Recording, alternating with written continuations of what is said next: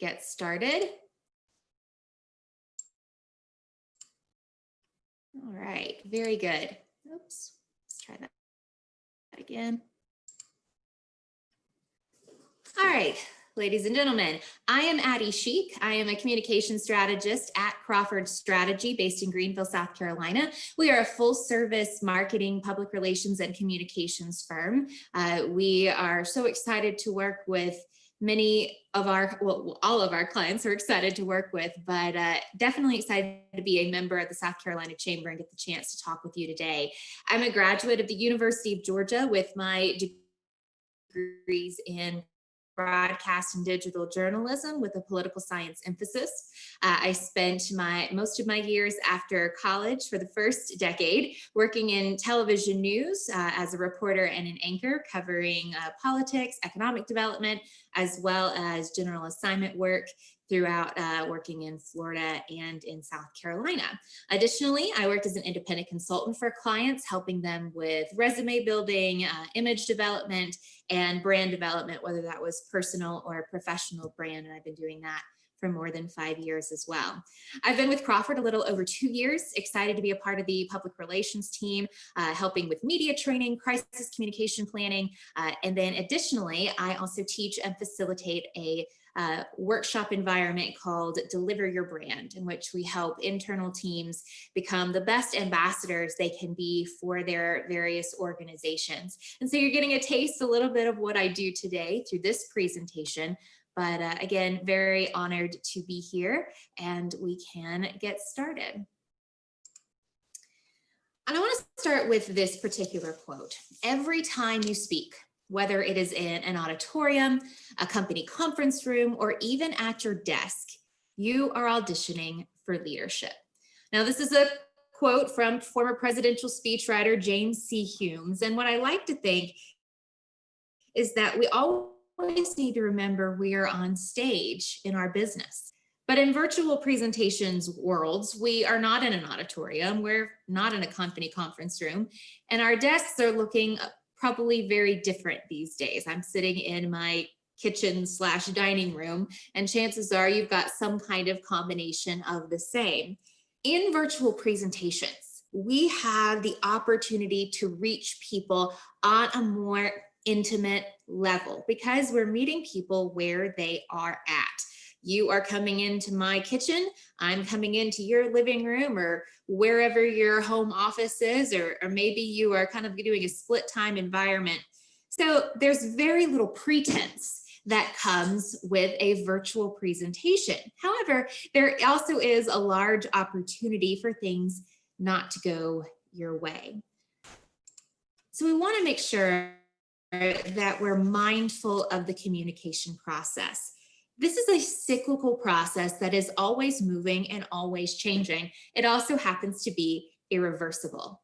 Right now, I am the sender of information, and you, hopefully, are receiving that information. I'm sending this information through the sending channel, and you would be sending information through the feedback channel, and that can be your body language, your verbal cues, the questions you ask, all of that. And so it's my hope as the sender that I am giving you the information 100% in the way with which I intend, and you are receiving it in that capacity. But we all know that that's just really not how things operate, because I'm coming to you with my own set of values, life experiences, occupation. My gender may be different from you. My attitudes about certain situations may be different than you, or my knowledge base is different. And so that's going to inform the choices and the thoughts and the means with which I speak to you. Likewise, as the receiver, you also have all of those things that inform how you are going to receive that information. And so that opens the door for some confusion in there, or not as much clarity as we hope. Then on top of that, you see the lightning bolts there. You see how those are noise. The noise that gets in the way from us to be able to comprehend and understand, as well as send the information as clear as we hope. Now, historically, there are 3 types of noises. There is the physical noise. Have you ever sat in a presentation and somebody won't stop clicking their pen or tapping their foot. These days we're at home, so it might be a dog in the background or a kid playing or a truck, a garbage truck outside, the physical noise that are distractions that get in the way. You might have physiological noise. Physiological meaning you're not feeling well, you're hungry, this is right before lunch, and so maybe that's distracting you. We know in this time and the various things that are going on in our world that we have a lot of stressors on us and our thoughts are elsewhere. So there's the physiological things that can get in our way from being able to pay attention fully as receivers, as well as being able to get the message across as senders. Then there's the psychological, the things that are impediments in our belief systems that keep us from really wanting to listen to a speaker or wanting for people to embrace you. Perhaps you don't like women presenters from ad agencies who wear pink. That would be highly specific, but it can happen. And those can be a little bit difficult to overcome without an understanding and a respect of who your audience is. And we'll talk about that a little bit later. Today, in the virtual environment that we're in, and especially when delivering virtual presentations, we are dealing with technological noise. Technological noise being the digital impediments that get in our way, the smartphones, the smart watches, the sheer fact that there is a computer screen in front of me instead of people, the digital impediments that get in the way that make others feel that they're less than important. So we want to try to work to overcome all of that noise by putting ourselves through the PACEs. And that stands for plan, audience, content, engagement, and socialization. We're cutting through the noise in order to deliver that winning virtual presentation. So let's start with the plan. The key to an excellent presentation is to first have a solid plan. You got to plan out the time it's going to take to develop this, the time it's going to take to present, the location where you're going to be doing this, in the technological world, the software with which you're going to use, as well as the backup plan. So you first need to know what technology you're going to use. What works best for you? Or better yet, what works best for the audience to whom you are presenting? Does your presentation require video sharing? What additional tools do you need to be most effective? Then once you have an understanding of which one is going to work for you or at a time, I cannot stress this enough. Do not make the first time you go through your presentation virtually be in front of that audience. Why? Nothing kills a presentation faster than a presenter who fumbles through technology. Because we want to keep in mind, as we said from the start, you're on a stage, so this is very much like a presentation. And nothing kills a presentation faster than somebody who just doesn't take the time to dry run this. You want to be in control of your environment as much as you can as a presenter, and that's a surefire way to make sure that things are going to go more your way. Get there early and test it out.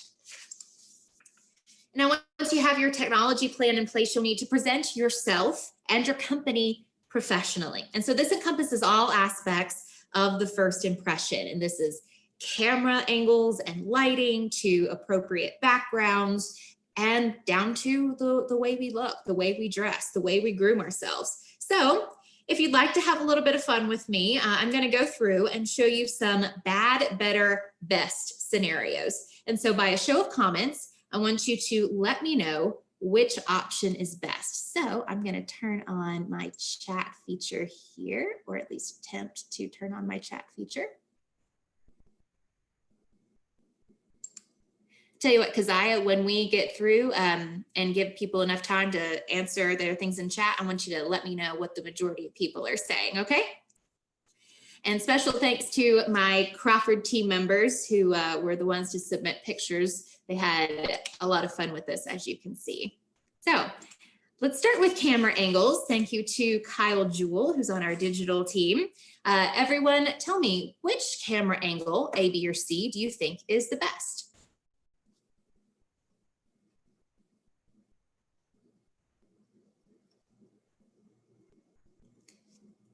right, Keziah, what do we have? It looks like a sea of C's. A sea of C's. And you guys would be correct. All right. Why is that? Well, you want the camera to frame your face, your neck, and your shoulders, a lot like you can see now. You want to have appropriate headroom. You don't want to be too far away, but likewise, you don't want to be like A, where you're so close that you're looking straight up their nose and they're going to see your nose hairs, right? That looks a little bit weird when you have a head that takes up all of the space.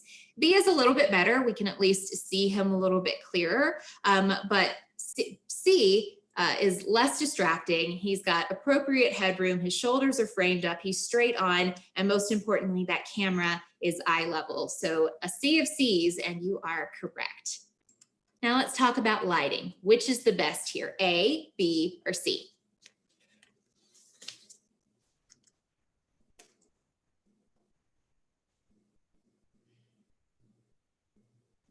All right, what do we have?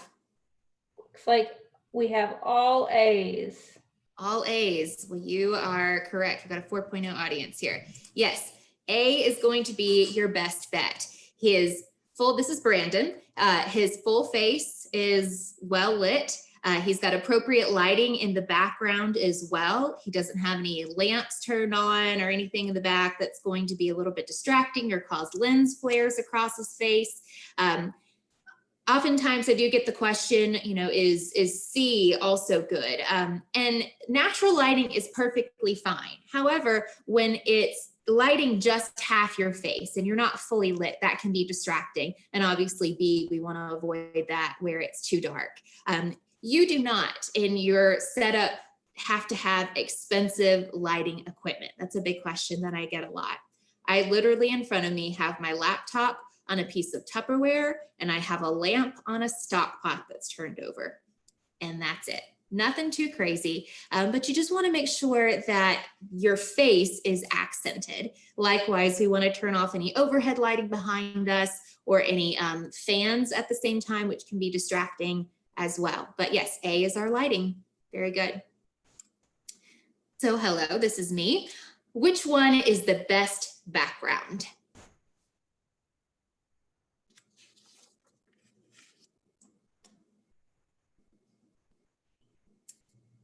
What do we have? We have a few different, we've had people selecting all of them, but primarily B for their selection. Primarily B. All right, let's go through this then and explain. Yes, you are correct for those that selected B, that is the most appropriate. This can be a little bit confusing. And again, because we are in a more intimate environment, it can also in turn sometimes feel a little bit more relaxed. You know, why should I, do so much to clean up around me when people are meeting me and they've got their dogs jumping in the background? You as the presenter, this is about a sense of respect. And again, cutting through their noise to make sure that they are paying attention to what it is that you're hopefully trying to get across. So B is going to be most appropriate here. The shades are pulled in the background. You don't have any overhead lighting on that you can see is causing lens flares across faces like it is in example A. I don't have any laundry or water bottles or mops or anything. Everything is cleared off. And I realize the confusion sometimes between B and C. Again, this is a bad, better, best scenario. In C, you can see there's a coat hanging over the chair. There's some lamp lighting on in the background, and that can just distract a little bit. So we want to make sure that we clear our stations as much as we can. So for those who selected B, you are correct. Good work.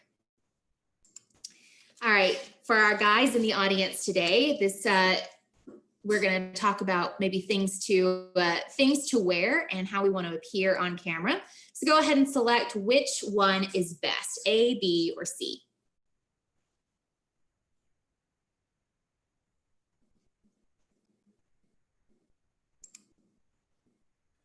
Here we go. I've got the chat feature up too. All right, good deal. All right, so a little bit of mixture of A and B, and you really are both correct. But let's for these purposes, it really needs to be A, and here's why. B, he does look great, and he's got a nice setup, but patterns can be very distracting and they can become distorted over a web-based environment. Especially if they don't have the best internet connection, you can start seeing where the patterns in a plaid or a stripe or an animal print, they can start distorting and they can start moving. And that can be highly distracting to some. So solid colors are going to be your best bet. Now, I get the question a lot, is a sport coat necessary? Let's move back here. Is a sport coat necessary? In some cases, absolutely not. It's, again, understanding your audience and the environment with which you are in. However, it's never a bad idea to show that you are important to us. You're my audience. You're the most important thing. So when I throw on a sport coat over, even if I'm transmitting from my bedroom or my den in this case, I am showing you that you are important to me, so I took the time to make sure that I looked the part as well. It's always easy enough to throw that on. So while Cody, who is pictured here, does look great in B, A is going to be probably the most appropriate for him, just with the solid colors and then that elevated look with the sport coat. And now we talk about ladies. This is Jaleesa, who's my partner in crime in the public relations department. Which of her outfit choices is going to be most appropriate?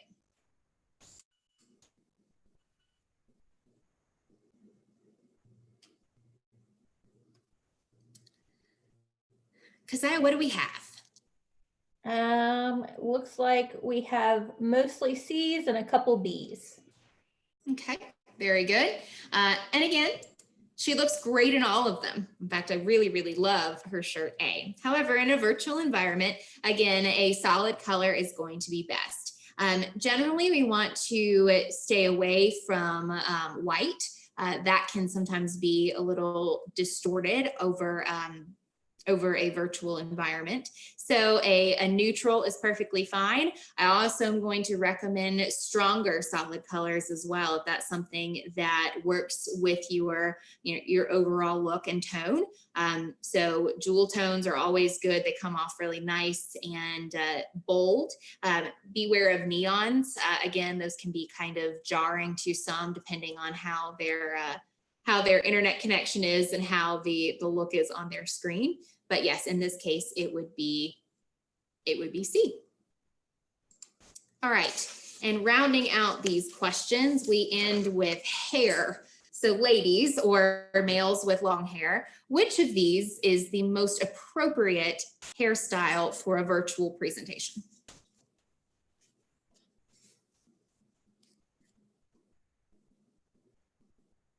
All right, Keziah, what do we have? Looks like all B's. All B's, and you would be correct. That's my dad joke for the day.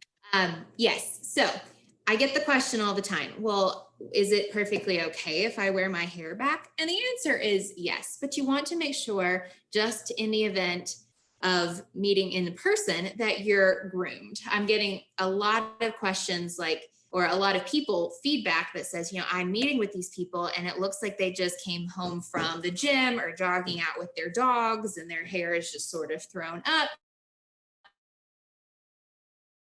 And you don't necessarily want to do that. Again, with what we wear, with the sport coat that we throw on, with the solid colors, with clearing our background, making sure that we have the right camera angles and lighting, it all pours into that same overall message of showing respect to our audience members, trying to cut down on some of the distraction to show that we care. And so when our hair is groomed, whether it's down or styled, or even if it's styled back away from our faces, it's going to be just the most appropriate overall of showing respect. So yes, B would be most correct here for Mary Helen. And as you can see, Mary Helen had a lot of fun with her particular. I don't think anybody's going to show up with their hair in the Cousin It style, but just some rules of thumb as well. Avoid hats. Avoid dangling jewelry. I love some chandelier earrings. I love some big earrings, but in this case, that gets distracting for you, the viewer, especially if you're watching me speak and I'm getting really animated and earrings are jangling.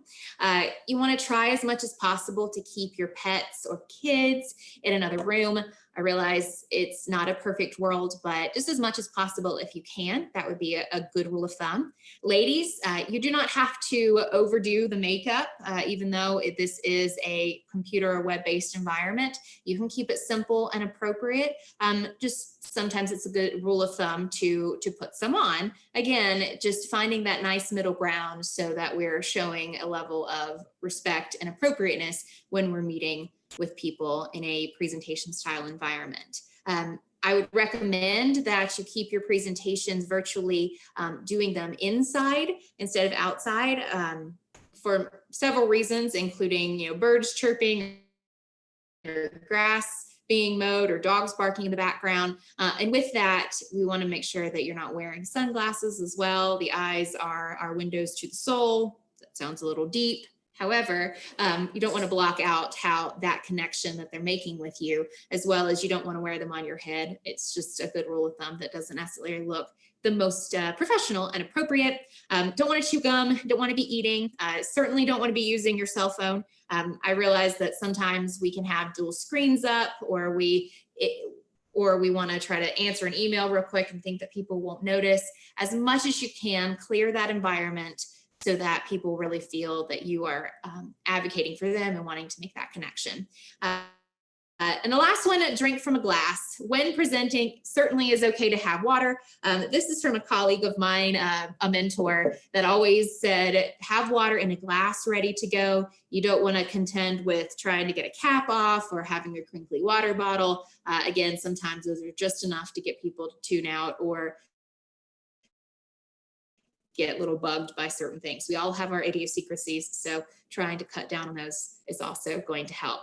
So before we move into our audience section, I want to check in with our Q&A and see if Keziah has any in that inbox to see if we can answer any of those about presentation and planning.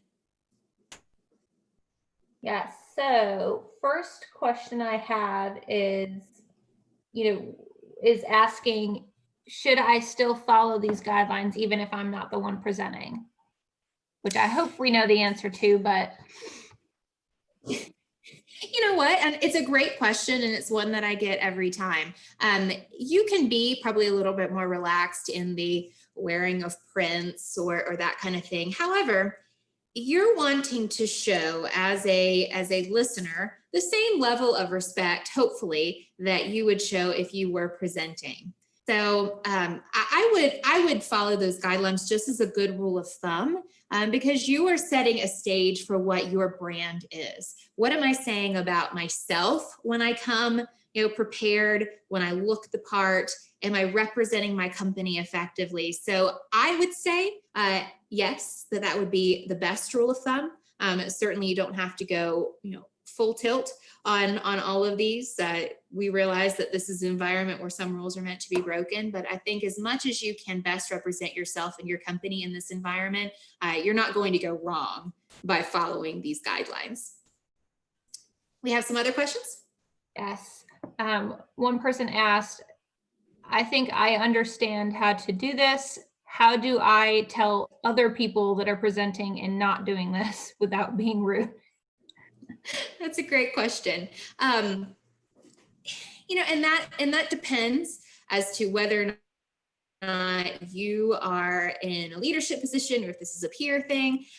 Perhaps they have a supervisor. So figure out what that chain of command is within your office. You certainly, in the desire to be helpful, sometimes we don't want to come off as a nag, or especially figuring out what's most appropriate. So is there a hierarchy you can follow where you can say, hey, I just went to this training.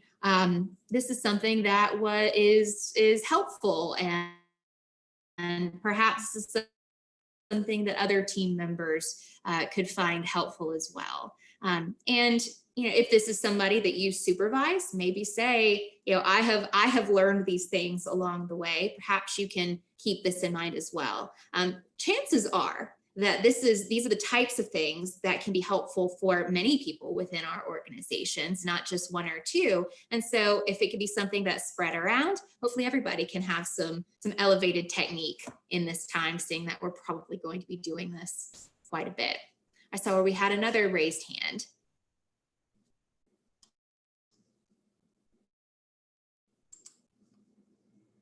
Let's see. No other questions? I think Ruth Baronda, I saw a raised hand there. Do we have a question from Ruth? There we go. Sorry, I had her muted, so I didn't see her hand. I apologize, Ruth. That's okay. Hey, Ruth.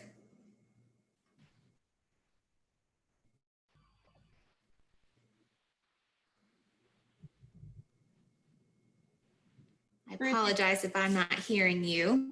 Ruth, did you have a question?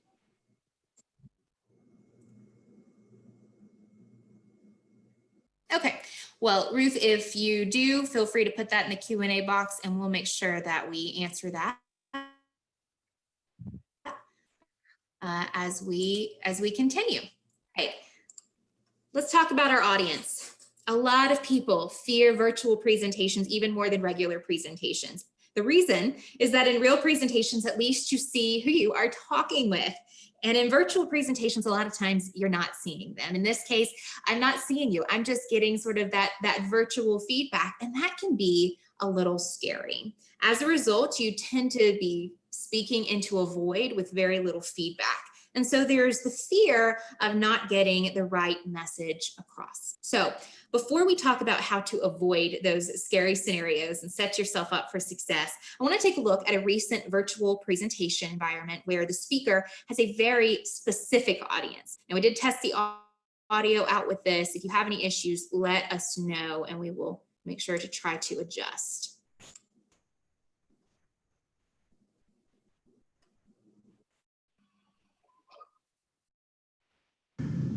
Now, graduating is a big achievement under any circumstances. Some of you have had to overcome serious obstacles along the way, whether it was an illness or a parent losing a job or living in a neighborhood where people too often count you out. Along with the usual challenges of growing up, all of you have had to deal with the added pressures of social media, reports of school shootings, and the specter of climate change. And then, just as you're about to celebrate having made it through, just as you've been looking forward to proms and senior nights, graduation ceremonies, and let's face it, a whole bunch of parties, the world is turned upside down by a global pandemic. And as much as I'm sure you love your parents, I'll bet that being stuck at home with them and playing board games or watching Tiger King on TV is not exactly how you envisioned the last few months of your senior year. Now, I'll be honest with you. And we could let that continue. Obviously, we know that former President Obama is a tremendous speaker. That has been a reputation of his that goes back many, many years. In this case, he is speaking directly to members of the graduating class of 2020, a very specific audience. So if you want to input into the chat, what do you think President Obama does well here? I realize it was a very small snippet, but what does he do well in addressing this class?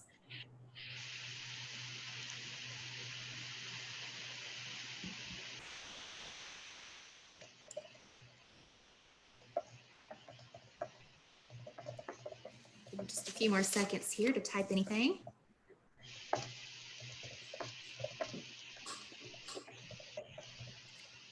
So I'll just continue. As he clearly paces himself with words, speaks as if he's directly talking to you. He makes it personable. Sonia and Tiffany, thank you. Absolutely. He has an understanding of who his audience is. He speaks directly to them.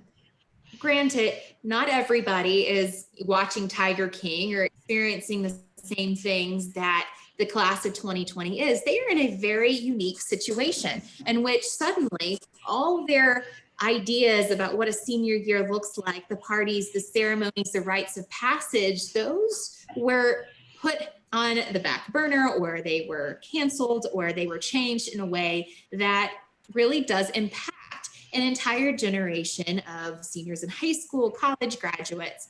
And so he has a great understanding of these folks, and he wants to make sure that they understand that he gets it. He understands before he then, lays that out and inspires them along the way.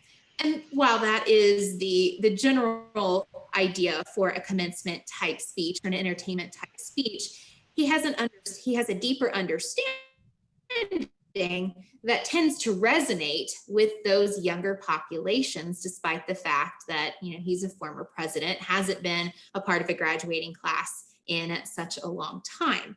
And so these are the types of things that come into play for us as presenters, and really highlights the importance of understanding who our audience is and how we can best resonate and understand their sense.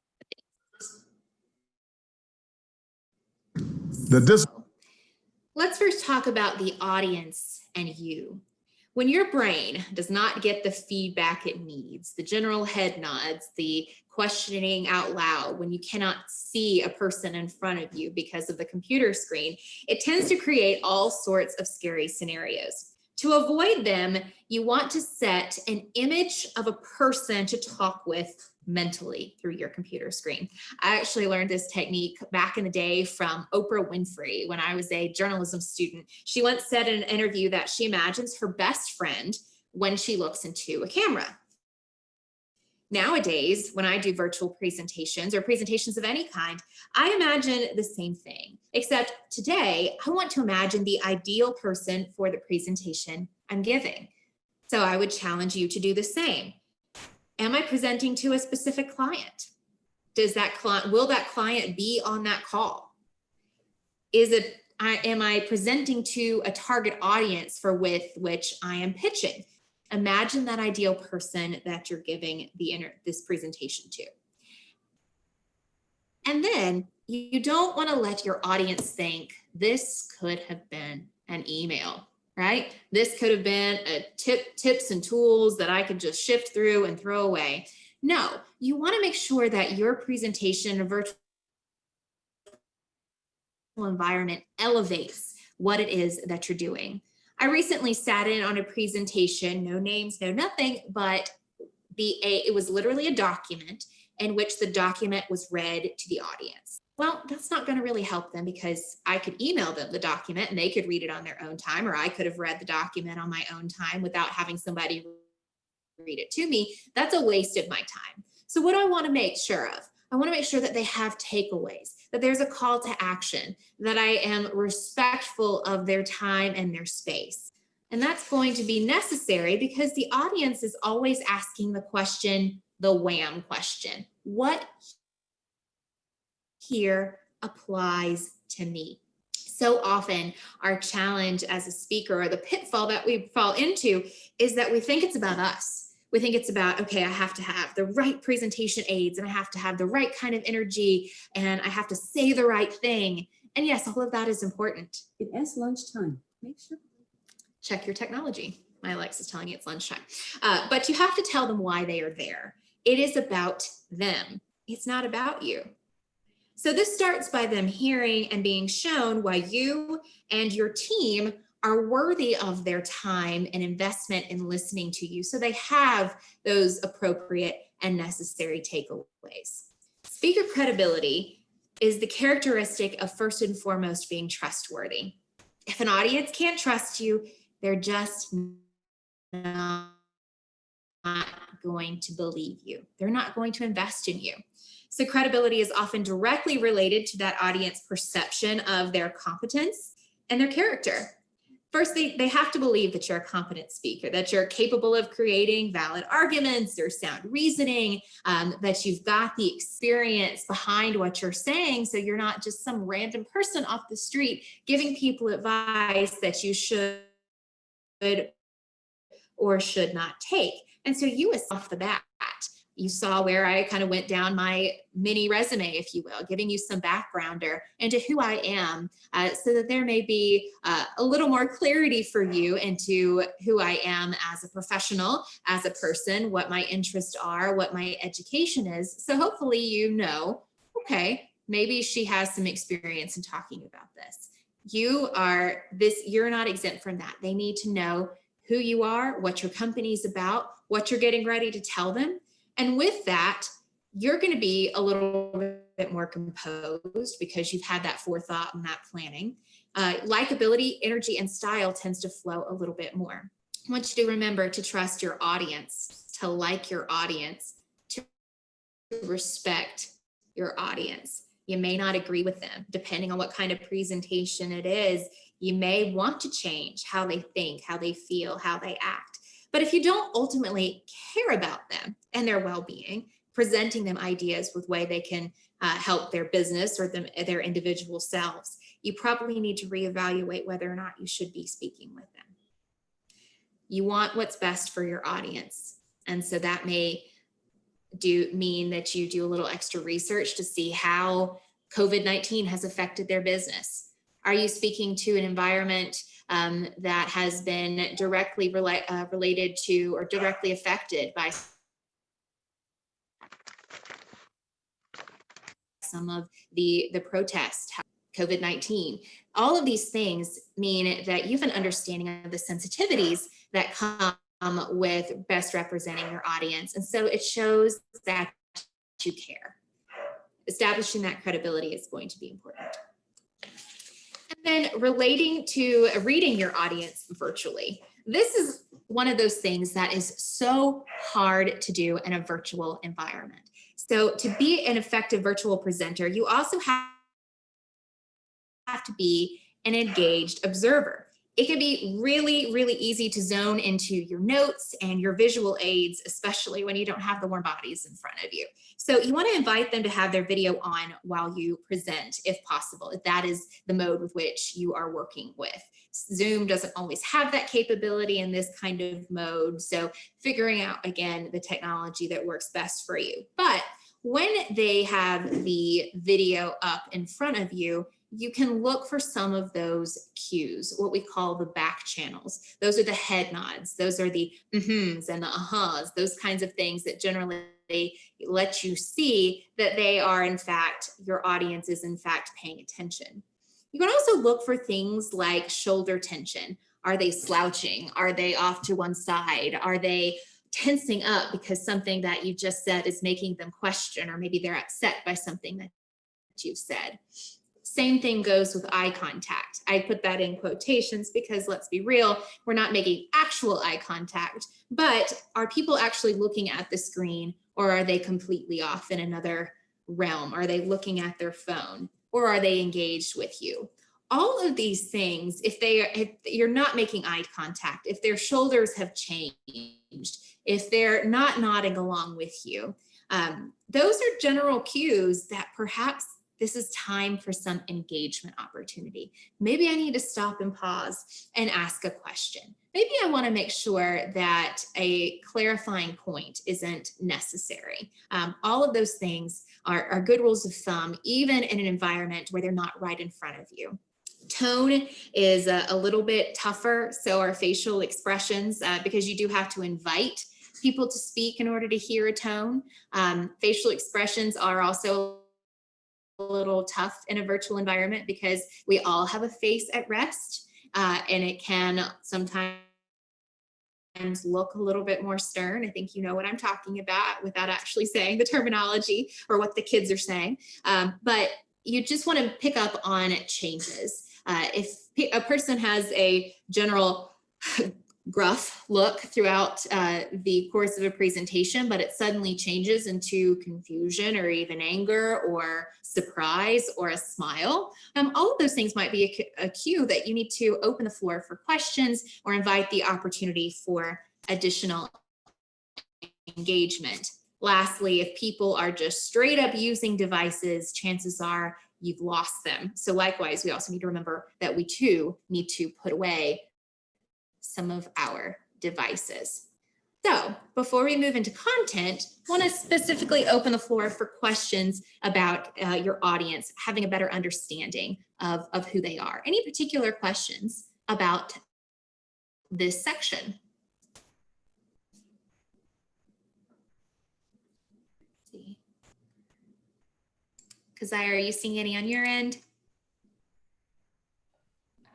Do not see any questions. If you guys do have questions, you can put it in the chat, the Q&A, or raise your hand if you want to ask it directly.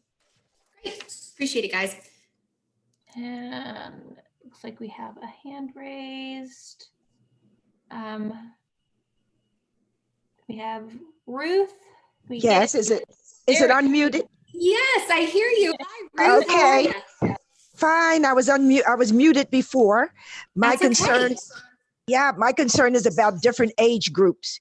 I make presentations to students about getting interested in farming, Sure. agriculture, and the age groups are different. Do you speak slower? Do you have more visuals you're pointing to or holding up rather than they're reading a slide or something on the side with the various reading levels? That's my question. Absolutely. And what a great question. Thank you so much, Ruth. Yeah, absolutely. Your underlying message, what it is that you are promoting, the importance of agriculture and participating in that, that's not going to change from grade level to grade level, but absolutely the approach that we take, the types of terminologies that we're using, the examples that we use, that's going to change from grade level to grade level because we have different understanding. So certainly if you're speaking to a kindergarten class, think about the examples that are going to best resonate with them. Am I more pictures of farmers working or cows, or I mean, think about the different environments. I have a former mentee that was an ambassador for the agriculture department in the state of Georgia. And she spoke to middle schoolers, high schoolers, as well as elementary, but she would use visual examples like, this is the food that you eat. These are the types of things that, you know, farmers grow. And that was the kind of thing that resonated. You may also want to think about sending some things to teachers ahead of time. And if they have the opportunity to email some things out to their classmate or her class, she or he may be able to have a parent open that up so they're able to follow along with you as well, to have some of those additional aids. Then that's the kind of stuff that takes a little bit of forethought, but absolutely great question. Changing the content, or probably the grade level of messaging is a good rule of thumb when you are presenting. Great question. Any other questions about understanding your audience? I didn't know, Ruth, if you had a follow-up. I did see a raised hand.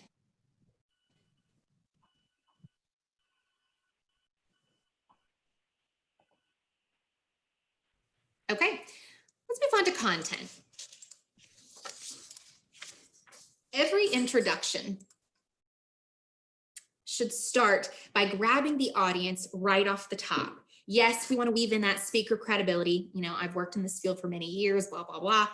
But you want to let them know why you want them to know this information and give people a preview or an agenda of your main points. So if you remember right off the top, I put you through your PACES, literally PACES, giving your audience a sort of an organizational or strategic agenda is going to be very important in a virtual environment. So their brain has some thought pattern to where you're going to go. Likewise, they're going to follow along better with you. So think about ways to get people paying attention right off the top.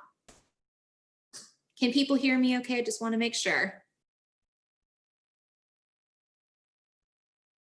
All right, good deal. So it may be a statistic, it may be an anecdote, it may be a video showing a quotation as you saw, but something that's going to get people thinking right off the top. As we move into the body of presentations in a virtual environment, again, the strategic way that we move through our content is going to be necessary. So we want to use a variety of information and tools to support those main ideas with explanations, descriptions, stories, and even illustrations. If you are possibly presenting research, that becomes necessary to orally citate your sources along the way so that they can follow along with you. I would also say that because we've talked about not wanting this to could have been an email, this might be something where you email additional aids to your audience prior to your speaking. So if it is a follow along opportunity and you've got something on your screen that hits the high points, they also have something to follow along as well that may get a little bit deeper into what it is that you are presenting, but they're not solely focusing on that on your screen. And then to conclude, you want to close as strong as you did as you started, with a review as well as a final statement. So consider how you're wanting to leave them. What do you want their takeaway to be? So there might be a call to action. You might ask the audience to do something. That could be go vote, wear a seatbelt. Next steps, planning that out. What is the expectation of you? What is your expectation of them? Clearly setting those guidelines. There also may be an opportunity for question and answers, kind of like what we're doing fluid throughout this course of this presentation. And so we'll talk a little bit more about that coming up. But these are the kinds of things that I want you to keep in mind as you're organizing your thoughts. Now, what is the most important aspect of the content within your presentation in a virtual environment? It's your presentation aids. They should enhance understanding and memory. They should help the listener organize their ideas. They should help you, the speaker, gain and maintain attention throughout the course of the environment that you're in. However, there's a wrong way to do visuals, and this is so it. Wow, it even hurts to look at it. You want your content to be simple, you want it to be engaging, but you don't want it to be a distraction. You don't want people to literally hurt by what they're looking at. Likewise, there's a wrong way and a right way to put information up there. I realize that we all think that our information is important, that we all want to make sure that we're getting a ton of information to our listeners, to our audience. This is not the way to do it. Not only is this red and yellow color combination so terrible, but the bulk of information is not only going to distract them, they're not going to read this. And chances are, if they are reading it, they are not listening to you. It's tedious, it's long-winded, and frankly, I think it can be a little insulting. So if you have read this, congratulations, as you can see, on having such good eyesight, because that hurts. Our presentation aids, like you saw on the previous slide, don't put large blocks of text in your presentation. You want to use no more than 7 to 8 bullets on a slide. Parallel structure is your friend. A header slide, also your friend. Remember, we're trying to organize things strategically and structurally so that people are having an easier time following along. Distractions are very likely in the virtual presentation world.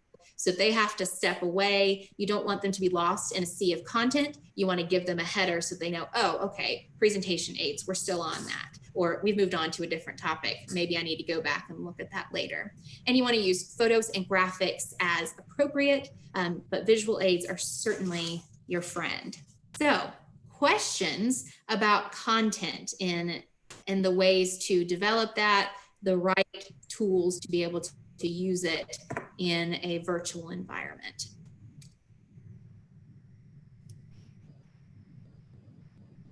Let's see.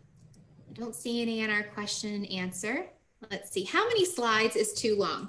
It's a great question, Lauren. Thank you for asking that. You want to consider how long your presentation is. If my presentation is about an hour, My slides generally, because I know for me, I tend to expound or ask questions. So I keep my slides somewhere in the 35 to 45 slide range. I try to also keep my slides to have main points on them instead of a large content of information. So that's my rule of thumb, because I know that I spend somewhere between 1 to 3 minutes on a slide, depending on if I'm answering questions as well. I think what is going to be something that helps you as an individual, figure out how much content you actually have, think about how much time that you actually have, and then time yourself out. Doing your own sort of DIY media training or presentation development training is going to be necessary. When you've got all of your slides and all of your content in front of you, I would flip on the timer and time yourself. Because that's going to be the best bet to know, okay, I'm going way long, or I don't have enough content to fill this. We can always fill time with question and answer sessions at the end, but you also have to gauge your comfort level with the topic. Am I comfortable for having a 30-minute Q&A session as well? Does that answer your question?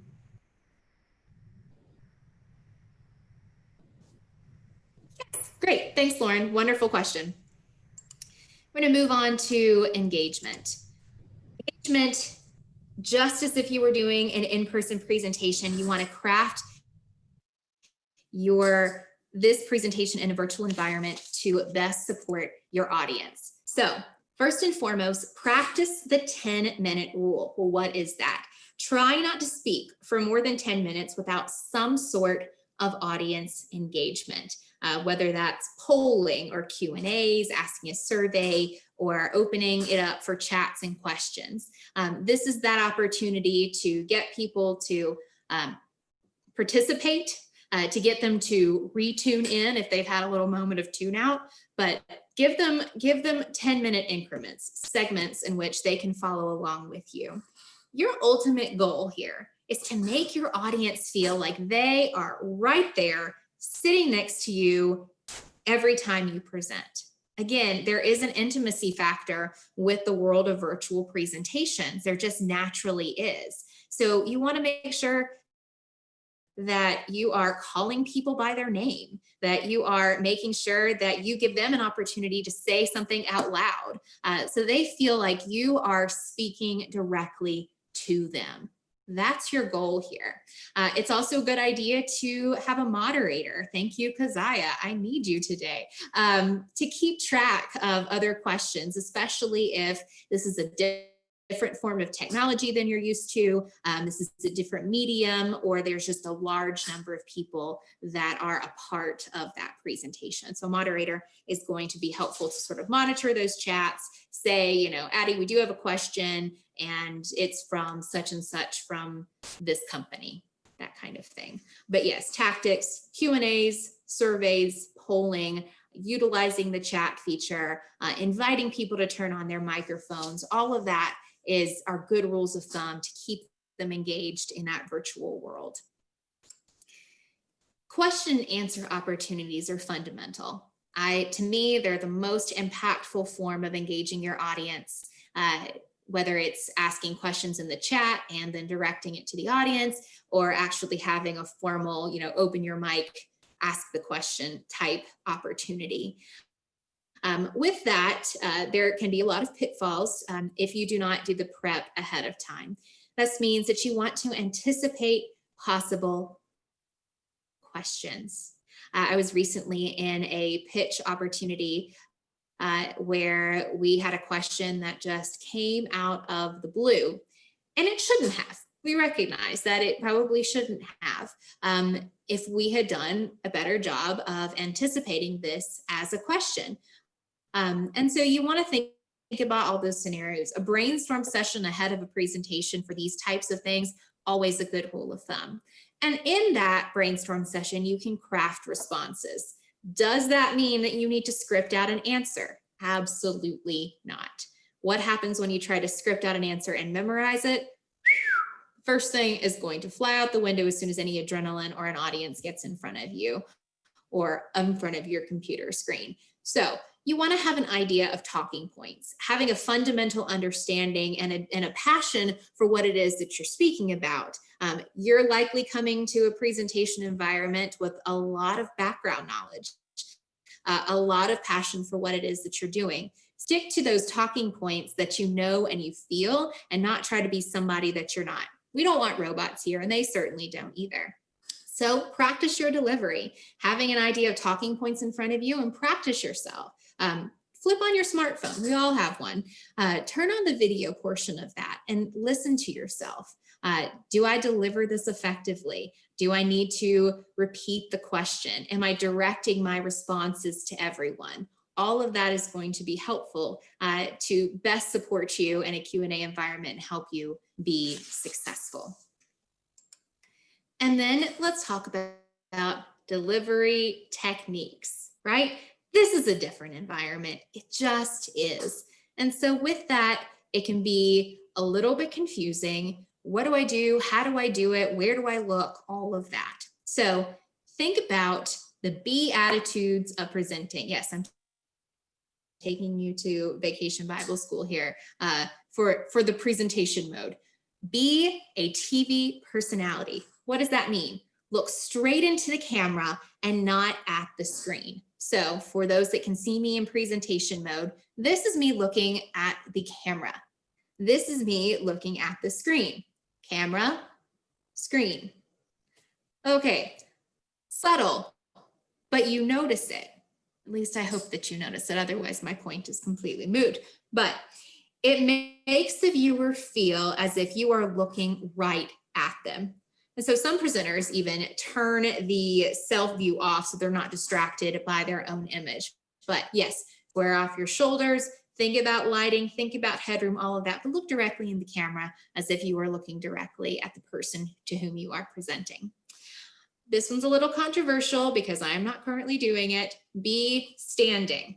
Okay, gonna change from environment to environment. However, if possible, use a standing desk or position your laptop so you can stand at eye level with your computer. Standing up tends to provide a higher energy level and forces you to put your body into a more presentation-like mode, especially if presenting is something virtually is not something that you do incredibly often. It can make you feel a little bit more like what you are used to when you have people in front of you. However, if you do have to sit, lean forward as if you were presenting at a real meeting, or maybe if you're, again, into that TV news anchor mode, lean forward and let them see that body language signaling that you are interested in giving them the information that they need. Also, avoid slouching away from the camera, right? You can see, I'm just looking bored here, right? I'm not looking like I'm interested at all. Stand up straight, lean, or sit up straight, lean in, square off your shoulders. And then be specific. You want to ask pointed questions to avoid too many people answering all at once, especially in an environment similar to this. So for example, rather than ask, are there any questions? You want to try, who has a question about the solution I provided, right? Who has a question about what it takes to be a TV personality? Not, are there any questions about delivery techniques? There's a difference there. And then you want to set a ground rule. If you're inviting people to turn on their mics and speak, you ask them to say who they are and where they're from. Having people kind of establish what it is that they need to do in order to participate with you is always a good rule of thumb. Next, be synchronized. Transitions in a virtual environment are important. You must connect to what you just said, to what's coming next. Establishing that smooth transition from point to point. Transitions between topics are also good opportunities to get people re-engaged with your topic and the talk that you're giving. Be animated, just and animation. Too slow or too monotonous is going to make people disengage with you and tune out. So keeping people engaged virtually requires you to actually be engaging, right? With that, you also want to be aware of your pace and your tone. Without a real-time visual, you are sometimes not getting those feedback cues. So getting pacing right can be really difficult. So even though you do want to infuse animation and energy in your presentation, you don't want to speed up too much. So if you tend to be a fast talker in real life, you may want to pump the brakes a little bit. If you're a slow talker, you may want to speed up a little bit. The question I get, well, Addie, how do I know if I'm a fast talker or a slow talker? If I can't read body language cues or somebody's not telling me to say that over again, it becomes necessary for you to train yourself. Again, I'm a big proponent of recording yourself and listening to yourself back. If you think that you're talking too fast, chances are the person on the other end of your computer screen is going to think the same. Give yourself a little DIY media training along the way. I think you'll be happy. It's going to feel uncomfortable. It's going to feel weird, but it's going to be the necessary step to adjust your pace, your tone, and your overall animation. And then probably my favorite of all of this is be flexible. I think one of the worst mistakes that presenters can make is for somebody to ask a question along the way and for you to say, we'll get to that, or we're taking questions at the end. I realize that timing is necessary, and making sure that you're being a good steward of people's time is also necessary. But in a virtual presentation environment, there are so many things that are going to get in the way from people to pay attention to you, to be invested in what it is that you're saying. You want to make people feel important. And when they don't feel important, or they feel like they're just another number or another name on the other end of another webinar, then you're losing them. And you've lost another opportunity for new business, for engagement, for deepening that relationship you may already have with your client. And that's a really tough thing to lose. So be flexible. Answer their questions if you can. Give them the opportunity to stop and pause and clarify if necessary. And I don't think that you will be disappointed that you did. So before we move on to our last topic and we wrap up, I want to pose any particular questions about delivery techniques. I know that animation, flexibility, and sort of being a TV personality tend to be the ones that people get a little confused with. So any particular questions about techniques? Open the floor for a moment. And certainly remember, if you don't want to type out a question or you want to ask it out loud, just raise your hand and we will call on you.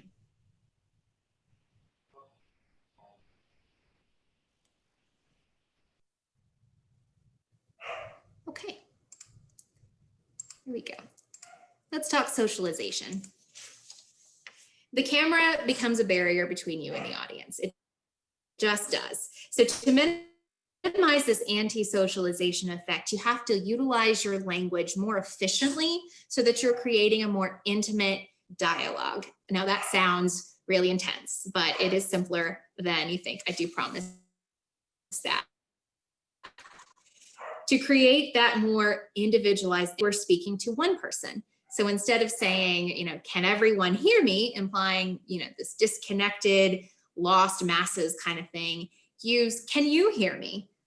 I know it's subtle, but it's impactful and it's very significant in its effect. If you suggest through your language that you are speaking to a group of fragmented people, then your effect of reaching people on an individual level gets diminished. Likewise, if you are talking to your team virtually, make sure you use the word we as much as you can. You remember that, we as humans, we like to be individuals, but we also enjoy being a part of a group, and chances are we miss being a part of a group. So using you will tap into individual need, and using we taps into the group need. So wrapping up, let's go back over some of these pitfalls. Beginning weak, not being able to connect with your audience right off the top, not establishing your credibility and giving them the purpose for which they should be paying attention. Not rehearsing with technology. Technology is something that we're just going to have to get used to in a virtual environment, and not making sure that you have that run through down pat. That's going to be a mistake. Remember, your audience is the most important thing here, not necessarily you. So ignoring their interest or their questions along the way, that can be a recipe for disaster. And then again, not being you, reading it, phoning it in. If you're not engaged, how can you expect your audience to be engaged? Trying to be somebody that you're not, trying to be robotic, trying to answer every question with a long form scripted answer. No, be real, be you. And again, not practicing out loud. So you know if you're not animated enough, maybe you're too animated, maybe you're speaking too fast or too slow. Not practicing it out loud beforehand and making it the first time you do the presentation in front of somebody is generally something that you want to avoid. So be real, be who you are. Chances are you're being asked to present this for a reason because somebody trusts you to put this information out there. So keep it interesting. That was a great question from Rhonda earlier about changing things up based on who my audience is, connecting with them and seeing what's going to resonate and keeping it interesting for them. Eliminating your distractions, tough one in this environment, as much as you can, so that what you're saying and what people are hearing connects in the way with which you hope it's going to be presented. Remember, ultimately, your audience is somebody you want to trust. It's somebody you want to respect. It's something that you want the best for. And when you do that, you're going to take a big, deep sigh of relief because you're going to be allowed to be you and have fun. So think about it. Put your hands on your waist, look up, get into your superhero pose, take some deep breaths. And remember, ultimately here, have fun. When you do, you're going to have a winning presentation virtually. Thank you, guys. I always have a lot of fun doing these, speaking to people that I haven't met from different parts of the state.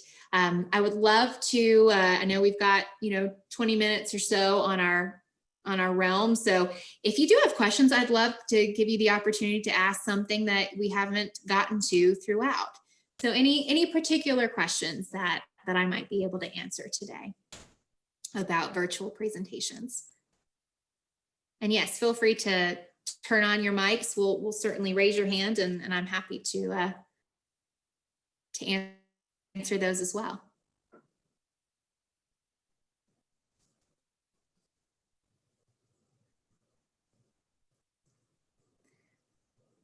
All right, guys. I want to give a few more seconds here. Thank you, Robin. Robin Zimmerman, everybody. She is my mentor and I feel like taught me everything I know, and she happens to be listening in today. So thank you very much. South Carolina Chamber would like to answer this question live. Yes, ma'am.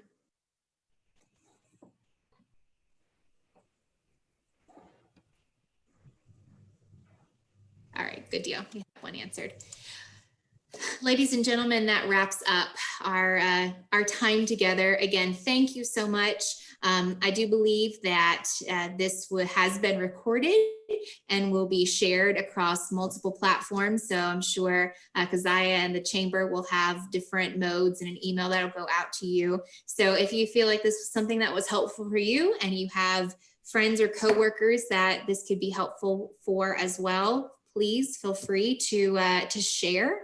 Also, if you have any particular questions that maybe you think of later and you want to send me an email, my email is addie@crawfordstrategy.com. You can see that's in front of you. Again, it's addie@crawfordstrategy.com. I would love to answer your questions if I'm able, but I hope that you guys have a wonderful rest of your day. It is lunchtime, as Alexa pointed out earlier. So enjoy and have a great rest of your week. Thank you so much. Thank you, Addie. And as Addie said, we will be sending out a follow-up email to everyone with a link to the recording. And we will also have that posted up on our YouTube channel. Thanks, Addie. Thanks, guys.